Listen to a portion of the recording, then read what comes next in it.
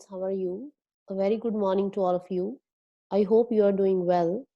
Since we are locked down in our homes for so many days, we are not in proper touch with all of our students, and the syllabus is still pending.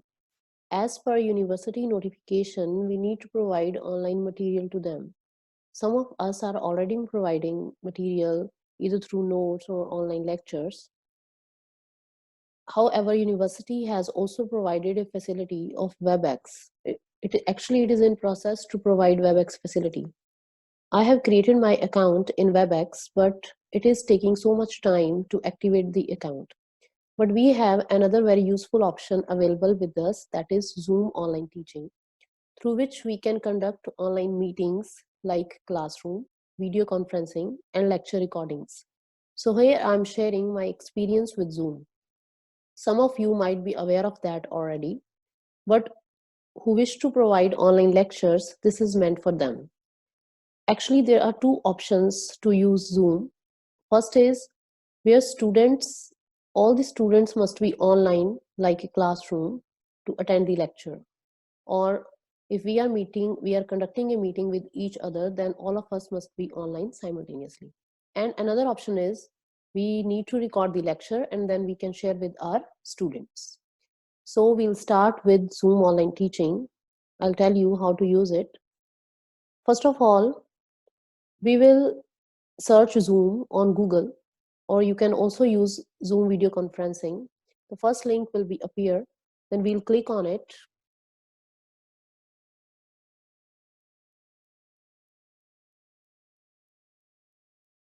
We'll click on it and then that will be open. We need to register first for using Zoom services. Then I will click on sign up for free, and then this new form will be appeared. And we can register through our existing email ID, as well as we can also register through Google or our Facebook account. So there are three options to register in Zoom. Then after providing our basic information, our profile will appear like this. This is profile. This is giving the information like my name. And then this is our personal meeting ID, which we can share to have meetings or to give lectures, to host lectures for students. This is email address which I have provided.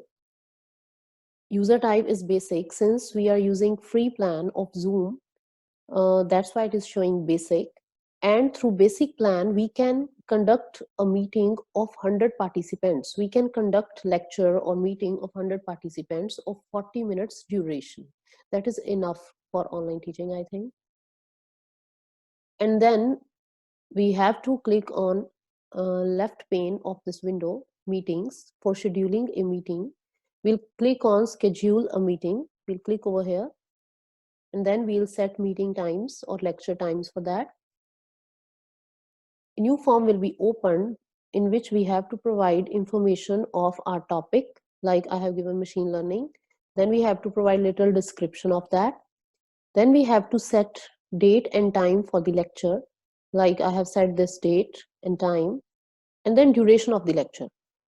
For free users, there is a limit of 40 minutes duration, and there can be 3 or more participants, but the maximum number of participants are 100 in this case.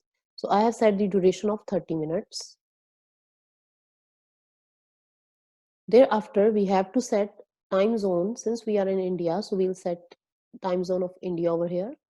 If we want to repeat the lecture every day, then we will click over here, recurring meetings. Then it will recur daily, repeat one day, every day means.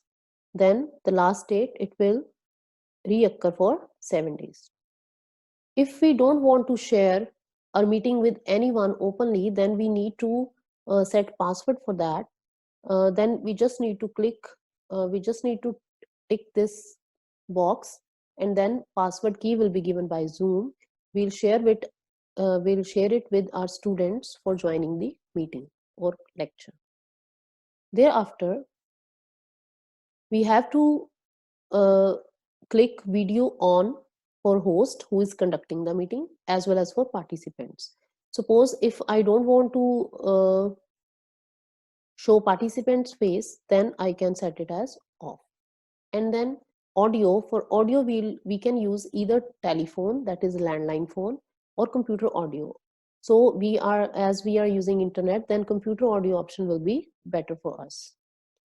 There are various meeting options as well. We will check all of them, which are enable join before host, means when meeting will start, the host of the meeting will also get a dialog box in which he has to enter his ID for joining the meeting. He can also start the meeting like I have started in this video lecture. Then mute participants upon entry. That means when participant enters in the meeting, then there will be no chaos of voices. That's why we can mute the participants before entering. And then enable waiting room. Suppose the lecture hall or classroom is already filled with 100 participants, then rest of the participants have to wait if somebody has left the meeting. And then record the meeting automatically on the local computer. This option is very useful for us. When we'll record the complete lecture, then it will be automatically saved on your system. And then we'll click on save for saving these settings. Thereafter, the complete description that you have chosen will be displayed of the meeting. Like the meeting or lecture is regarding machine learning. This is its description. This is time when it will be conducted. This is meeting ID. This is password for meeting.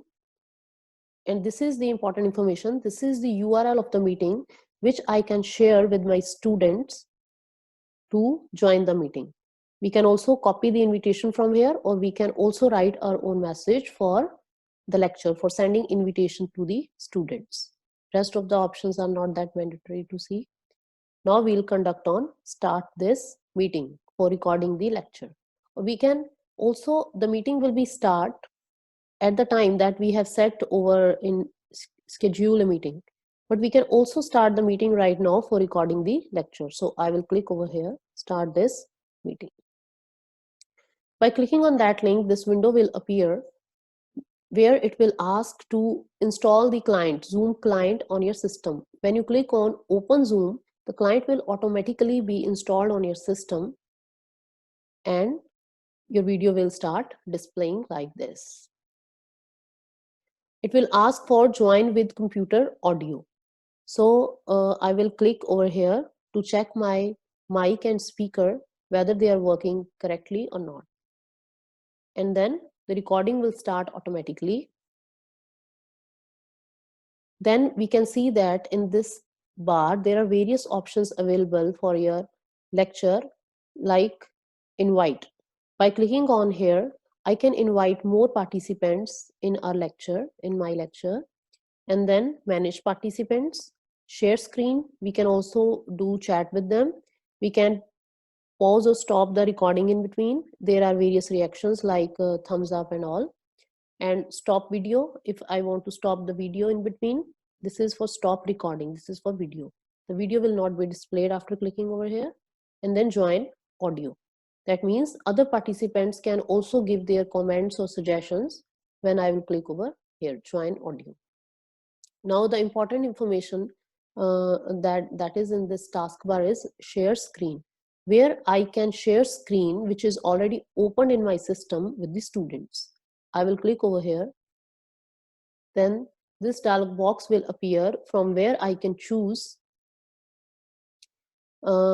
If PPT is open, I can choose PPT. You can also use whiteboard, which is provided by Zoom. I will click over here and then I will click on share. By clicking on that, this is the window of whiteboard which will appear on your screen along with your video. This is the toolbar from where we can access various tools. I can write my message, or I can draw a figure over here. I can explain anything on this whiteboard. There are various tools available for that, like eraser, spotlight, stamp, etc. Undo, redo options are also available. And whatever you have written on your whiteboard can also be saved by clicking on this icon. You can see that your recording is still on, and this is the shortened view of your video. And thereafter, there are various options available. Since there is more is written over here, you can click over here. If you want to pause the video recording in between, stop the recording in between, you can click over here, and you can invite more people in your meeting, and you can also do chat with them. And thereafter, if you want to, if you have recorded your complete lecture, or if you want to if you wish to end the meeting, then you can click on end meeting over here. By clicking on end meeting, this dialog box will appear from where there are three options: end meeting for all, leave meeting, or cancel. If a single participant wishes to leave the meeting, he or she can click on leave meeting. And if meeting is to be concluded for all, then we can click on end meeting for all.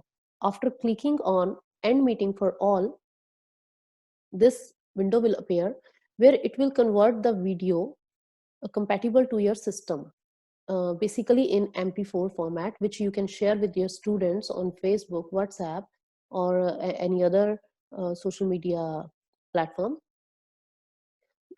Then after conversion, this video will be automatically be saved on your system like this, and then you can share that video with your students. I hope this small this was my experience with Zoom. I hope this would be useful for you. Thank you so much.